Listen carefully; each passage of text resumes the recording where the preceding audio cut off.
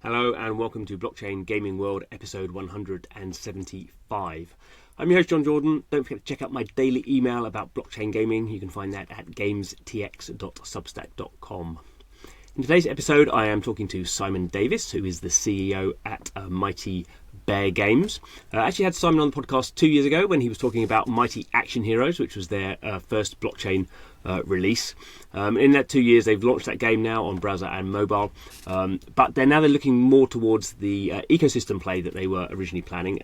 That was called MightyNet back in the day. It's now had a sort of a slight change of vision, I suppose, but change of name. It's now called GoatGaming, and that's really what we're talking about in the podcast. How that change happened and how sort of operating Mighty Action Heroes, in a particular sort of very fast PvP mode within that game, seemed to really resonate with players, and how that sort of fed into Goat Gaming. So Goat Gaming, very briefly, is a sort of a platform where there's going to be in the end hundreds of games.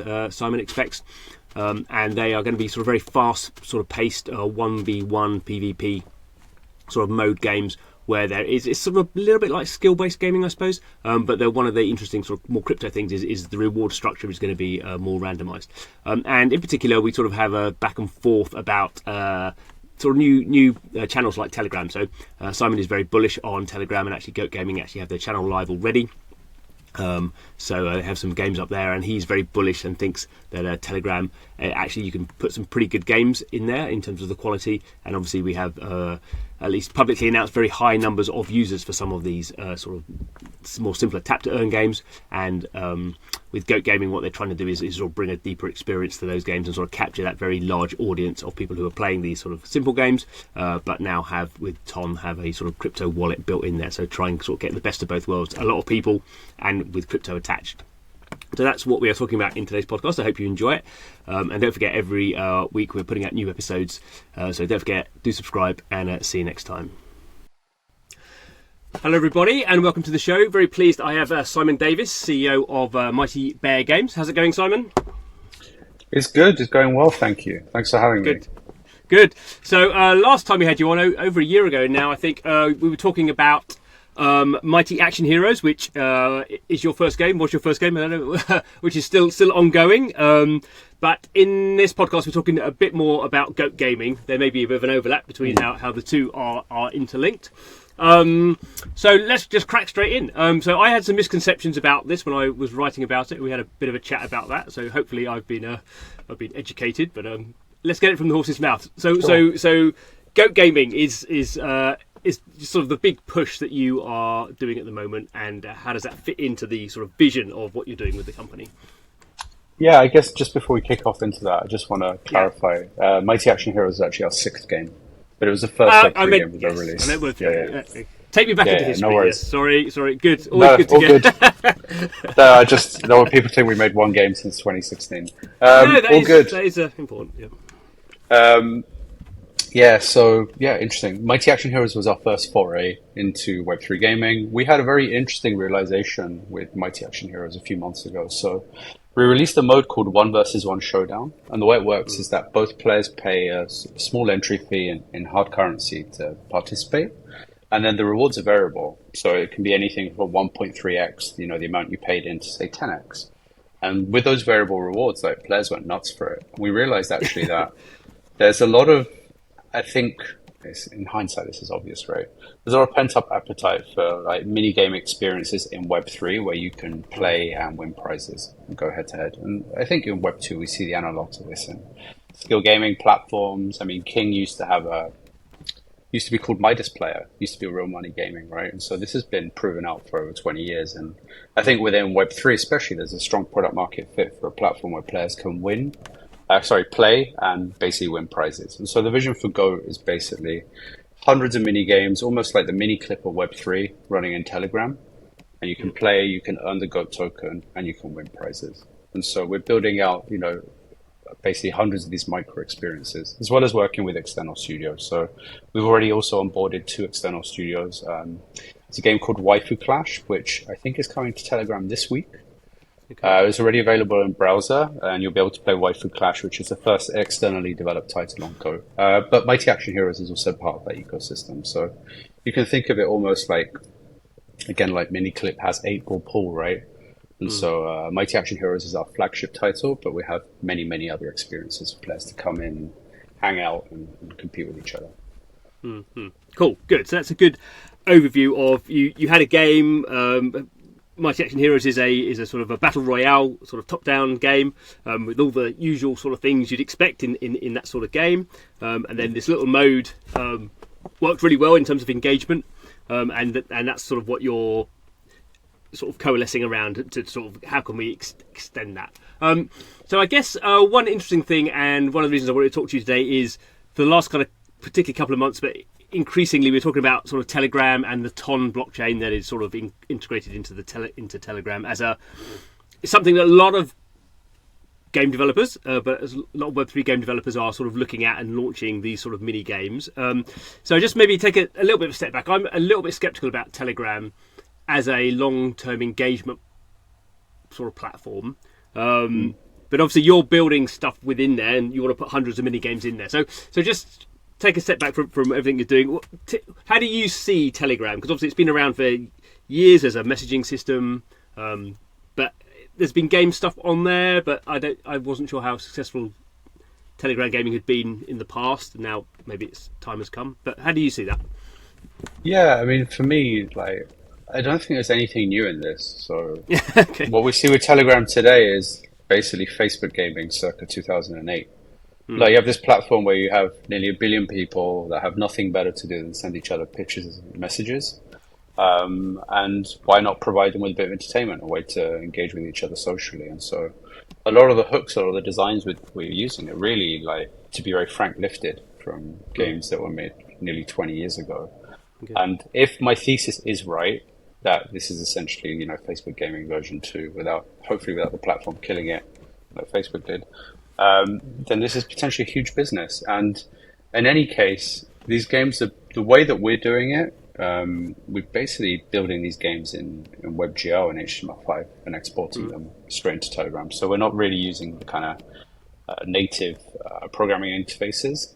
But this means that essentially we can run these games on, say, iMessage, or if we really wanted to on WeChat, I don't think we will, or any other platform that really starts to support this. And I think looking at Telegram is probably a bit too narrow, because if these apps within Telegram do start to take off, then I fully expect that both Apple and WhatsApp will have to start improving their kind of app infrastructure as well. And then we can basically go across multiple different messaging services. So in the way you're talking about it, the fact that Ton as a blockchain is sort of integrated into Telegram, is that relevant at all? Yeah, of course. I mean, look, again, going back to Facebook example, you have nearly a billion people with basically a payment wallet already set up for them, and a crypto wallet. I'm in the US right now on a trip, but if you're outside the US and you fire up Telegram, you have access to a wallet. Like, it's incredible. Also, they've now fixed the payment rails through Apple and Google as well, right? Through stars. So monetization is really easy, and so social. I fully understand why some people are skeptical, because having seen, I'm not going to name names, but having seen some of the games that are on there, like, there would be questions as to how well they're going to retain when the financial incentives drop away. But if you're streaming WebGL HTML5 into it, you can basically build any game you want in Telegram, pretty much. I mean, so long as you can build something that's comparable to, say, a mobile game from the last few years, should be able to run just fine. And so it's an incredibly, like, broad canvas to work with. Yeah. So you haven't mentioned any, so maybe we'll mention sort of a few. So we've seen, in terms of the sort of blockchain side of it on Ton, we saw sort of Notcoin became this, was the first thing that really sort of blew up, and that was just basically like we're going to launch a blockchain token, and we're doing it on sort of Ton Telegram. That was very successful, and Ton is and not the Notcoin is, I think it's still a top 50 crypto, so that worked really well, and then that sort of led into actually some of the same developers are now sort of making games. So we've had Hamster Combat, can't remember which way around it goes. Hamster Combat, yeah. Hamster Combat, and then Catizen, and they all seem to suggest, well, certainly the very large sort of numbers of users. But I guess one of the issues is Telegram is sort of set up to have bots. I mean, almost when you use channels, you sort of interact with a bot that's all integrated into it. So I guess one of the things is we see very big numbers around. I think 250 million hamster combat hamster whatever game. And I just wonder how many of those are actually sort of people, and that sort of also plays into the retention and can you actually monetize these people. If it's just sort of bots, particularly when you have this tap to earn thing, which we have at the moment, which clearly we've seen, you can incentivize people to do pretty much anything for a short period of time in the hope of getting tokens, but the token ends up being valueless. So is that a sort of a warning that there's loads of bots just tapping and your games are going to get caught up in that sort of situation? It's an interesting dilemma you raise, right? Because as a developer, like on the one hand, you don't really want bots because, I mean, as you say, they'll devalue your token in the long run. In the short term, actually, like, you could argue there is an incentive for developers to make botting easy, right? Because then you get these inflated kind of numbers that you can then use to kind of hype up your ecosystem where you start appearing higher in like the on-chain activity rankings. Yeah. We've taken the opposite approach where it's not something we really want. But I think to your point, naturally, there's probably quite a high ratio of bots on these Telegram games. But nonetheless, when you're talking about, like you said, like 200 million, even if 90% of those are bots, there's still 20 million real users, which is, orders of magnitude bigger than anything we could have envisaged in Web3 just really in this year. So it's still massive numbers we're talking about here. In terms of revenues, like, you can see via on-chain data how much some of these games are making. And also, like, investors, not the most discreet people. So some of these games are making like real money, like real Web2 revenue money, and so I think any studio would be happy with those kind of figures. So you think that's partly because, as you sort of mentioned, Telegram now has the ability for people to basically buy sort of platform-wide currency, which is called stars, and you would buy that as an in-app purchase as you would do through anything else. So forget about all the Web3 stuff. It's just something that has changed in Telegram as a platform fairly recently is the star currency is there, and anyone can say, come and buy some more cats for stars, or come and buy some more bears for stars, or whatever you have to be selling. That's Goat token. So again, the Goat token, but yes. But it's not just that. I mean, you can also see the on-chain transactions. So people are paying in these games also using crypto. And the risk of stating the obvious, is much easier to spend very large sums using crypto than making 50 repeat transactions on the App Store where the maximum purchase is capped, I think, at like $150.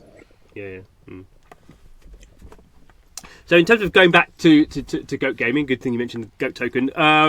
So we've seen the vision, which is basically to put out lots of games, sort of find out sort of what works. The whole thing's sort of juiced with this sort of a randomized sort of wagering sort of gameplay.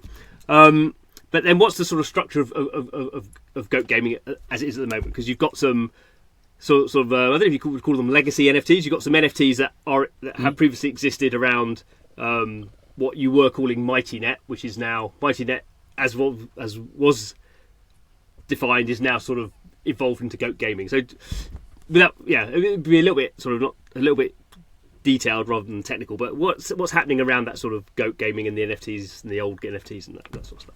I'm very glad you asked that, because we actually have a mint coming next week. So if you are holders of the Big Bear Syndicate or the MightyNet Genesis Pass, there is essentially an exchange mechanism. So I think it's 6 common Big Bears for 1 goat. If you don't have enough, then you get entered into a raffle, so you still have a chance to get one. And if you have MightyNet Genesis Pass, it's 1-to-1. And then depending on the rarities of your bears, you get more goats. But so those will also qualify for points on the road to goat. So if you have one of the goat NFTs, there's a component where you'll qualify for goat token further down the line as well. So and where are you? I think originally you were on Polygon for Mighty Action Heroes, then you've moved to Treasure. So presumably the NFTs are on Treasure, or they're on Ethereum? Well, they can't remember. They're on mainnet, they're on Ethereum. Some people have bridged them across Arbitrum, but they were minted on Ethereum, and most of them live there. Okay. And why would I why would I want a goat NFT? That's a good question. I mean, I have to be careful with what I say. Yes. As I mentioned, there is the road to GOAT coming. If you are a holder of the GOAT PFPs, then you will qualify for an allocation there. In addition to that, we are building a bunch of in-ecosystem benefits. So you can think of the GOAT NFTs almost like a season pass. And so there'll be regular rewards, and maybe there'll be a way to amplify your winnings as well. So yeah, there should be plenty of utility there. And if you think, presuming that all this is going well and you're having all these games and people sort of coming in and sort of playing them, is the sort of vision that this is sort of the vision is we just have more mini games? Because you spoke about Miniclip as a Flash sort of game developer, and there were loads of Miniclip games, and I remember when Miniclip started getting to mobile, they were trying to work out what worked. But as you say, 8-Ball Pool is by far and away their biggest money spinner by miles. So sort of what happened was they had this very large, sort of very wide but very shallow ecosystem where people were just coming in and playing games for free. But then they found they had this really cool game, and people just wanted to play that loads, and they have millions and millions of players, and they even make quite a lot of money from advertising in there. So they ended up sort of funneling that audience into a very deep, engaging product, which is more like a traditional game. So how does that balance play off, do you think, over time? I mean, you just stated like the obvious playbook, right? If you have a product that performs very well, you should be doubling down on it and making it deeper and more interesting. Today for us that's Mighty Action Heroes, but we think there's an opportunity for many different gameplay types and different themes. Not everyone is going to engage with the kind of retro action movie vibe. Some people will want, we have like a waifu battler, like a strategy game coming out.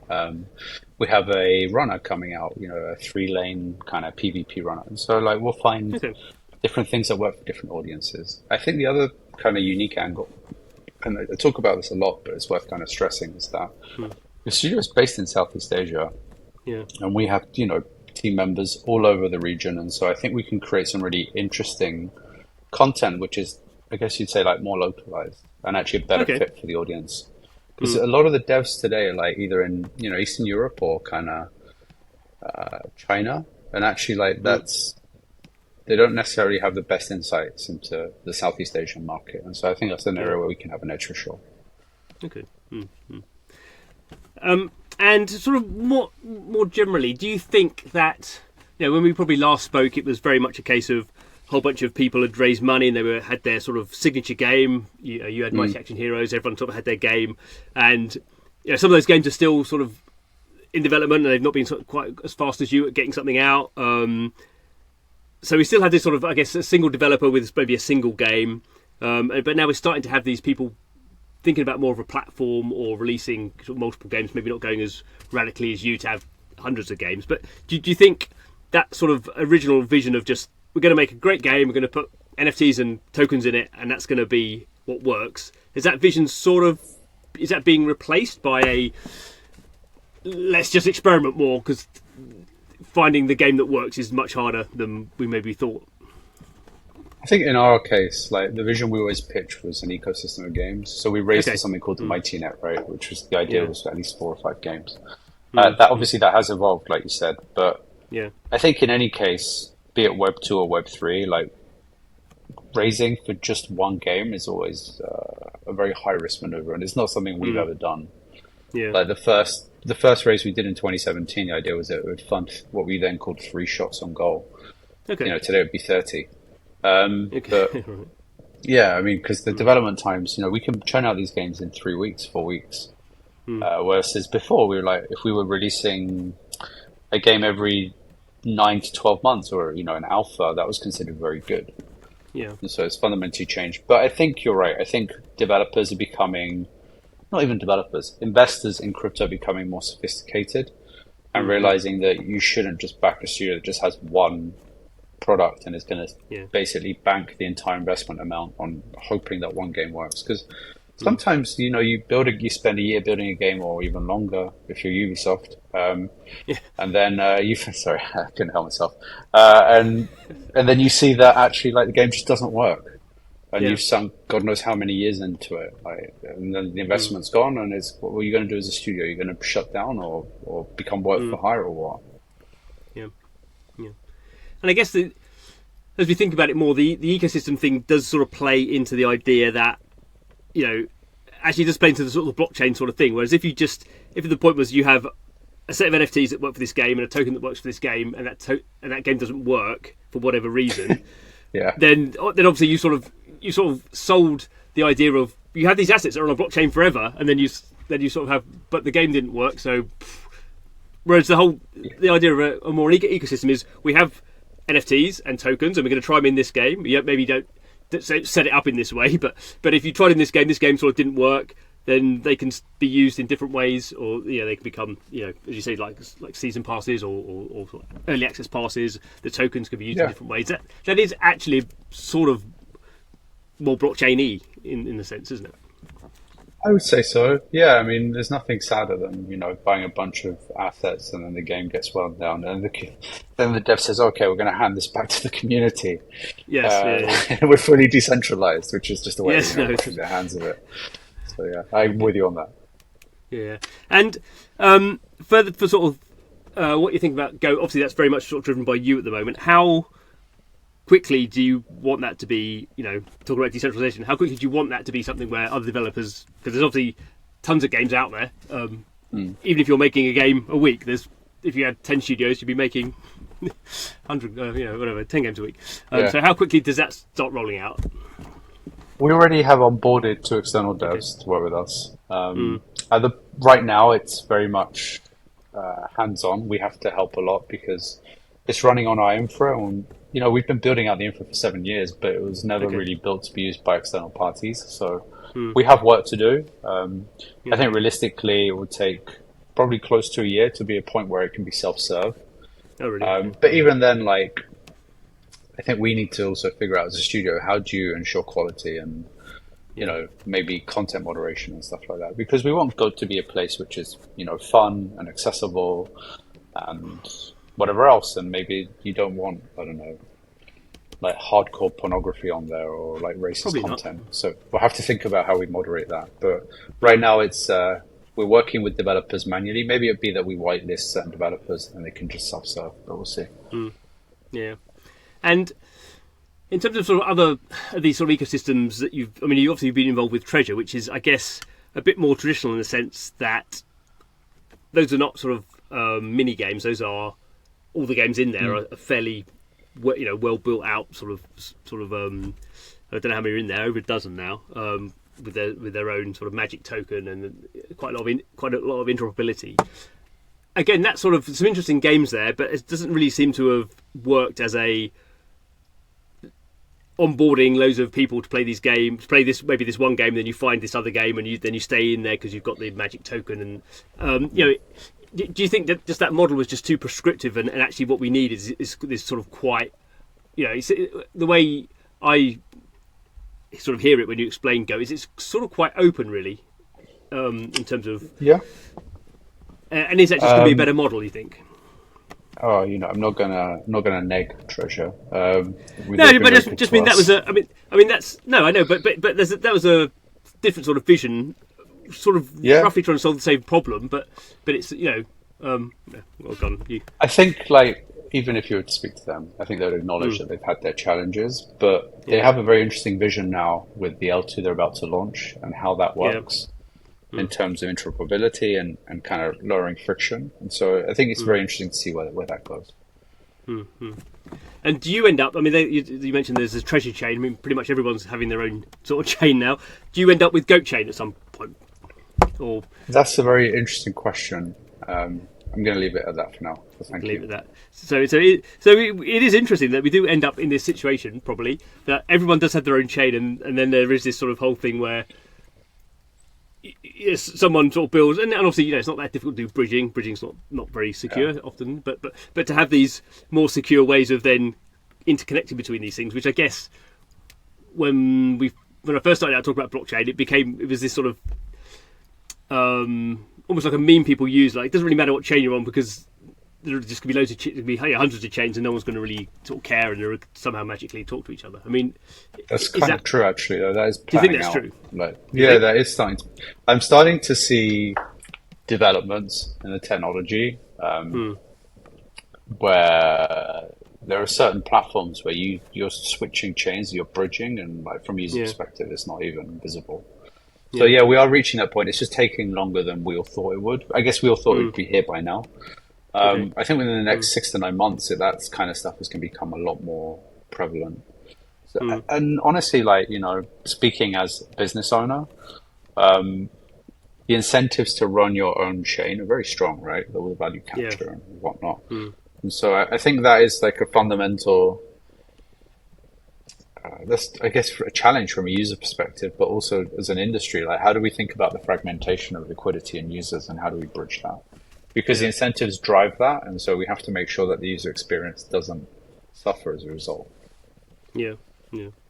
It's sort of true. And I guess the other sort of fun thing we've seen is people have been on whatever mainnet they've sort of been on, and then something's happened, whether it's some sort of spammy thing or whether their own game has suddenly had loads of activity. That's sort of then killed that chain for everyone else. So people then have realised, well, we do end up with need our own chain, but then that's why we end up with all these L3s.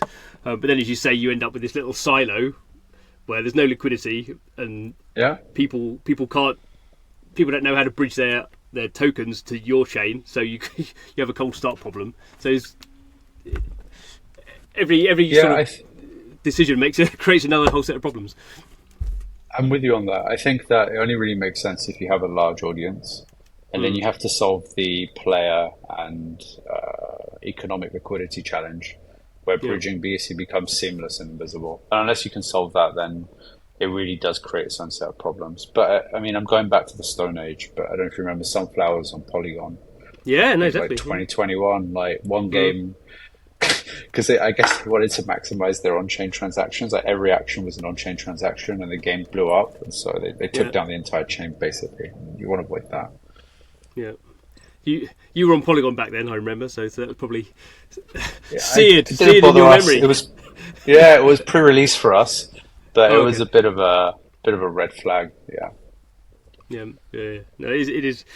Yeah, it's not go down the memory road. But I mean, you've been in the space for games for however many decades and blockchain for a while. Do you think why have we not sort of done better? Because it still is this sort of case where a game will come in and get some sort of maybe tens of thousands, maybe if it's doing well, hundreds of thousands of users. A bit like something like Pixels, maybe you don't quite know how many of those are bots. It then transpires quite a lot of those are bots, and it's still almost sort of that struggle to even get the first a million human players playing a blockchain game.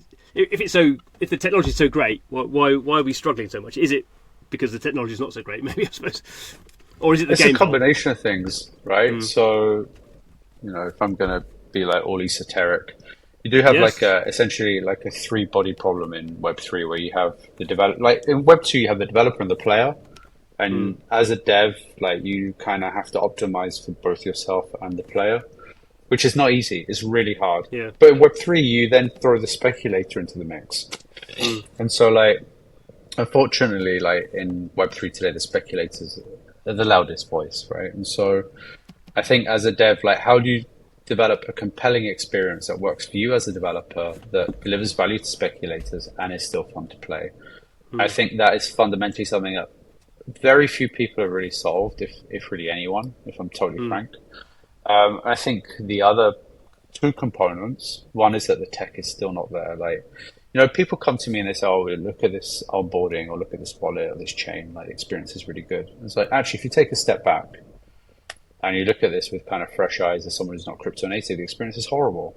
Like, we're still giving people seed phrases. I know that kind of stuff's going away, but like, I think the technology really hasn't got to the point where this stuff is usable and seamless. And I think we will get there within the next, I want to say, like, we're going to get close to that within the next year, based on some of the stuff I've seen. But I still think it's some way away. I think the last piece is that, look, there is a lot of reticence from the kind of, not even traditional gaming audience, but just like traditional internet users. Like, the stuff is scary and unfamiliar. There's no reason to engage with it.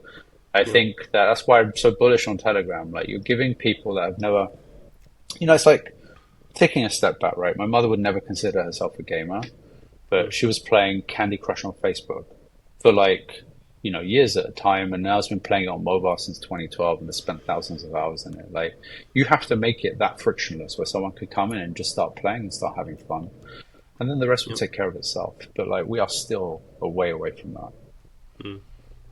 So I guess that brings us back to the start. That's why you're so bullish on Telegram, because there's hundreds of millions of people there.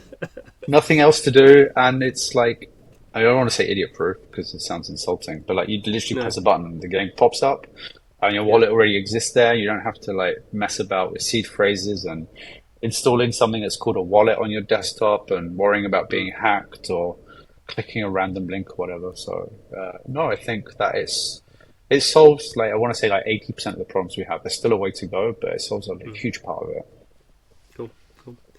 And on that note, I think thank you very much, Simon, for your time. I think we'll just leave it at that. We've covered a bit of history. We've looked at the solution. You've maybe convinced me a little bit more that I should look at Telegram. Don't be so dismissive. Yeah. Well, but it is. It is easy to be dismissive. Yeah. I'm going to just give you some alpha, so you can actually check out a prototype we built. So if you type at GoatGamingbot, just one word, GoatGamingbot on Telegram, and check out, there's a couple of games on there. I think Waifu Clash is not working right now because we're updating it, but if you check out Mighty Pets and Puzzles, that's a legacy game of ours that we literally spent like a day putting on Telegram. And that's like, oh, really? I think you'd be quite shocked at the level of polish and like what you can get running on there in no time. So, yeah. Okay. Well, there we go. Call to action. There you go. Homework. Wow. Have you done that? That's very clever. I don't know. I think my Mac does it randomly. It's actually, I forget, and I get like fireworks and stuff. Let's see if this works. Oh no, not today. No. But yeah, just thumbs up. All good. Cool. Thank you very much, Simon. We'll keep an eye out on what's going on with Goat and My Action Heroes and all that sort of stuff. And thanks to you guys for watching, listening, however you are consuming the podcast. Every week, putting out new episodes. Got a few actually lined up about Telegram because, as you can tell, I'm on the fence for it. So I need to find a few enthusiasts for Telegram to tell me why I'm wrong. So do subscribe, don't miss out, and see you next time.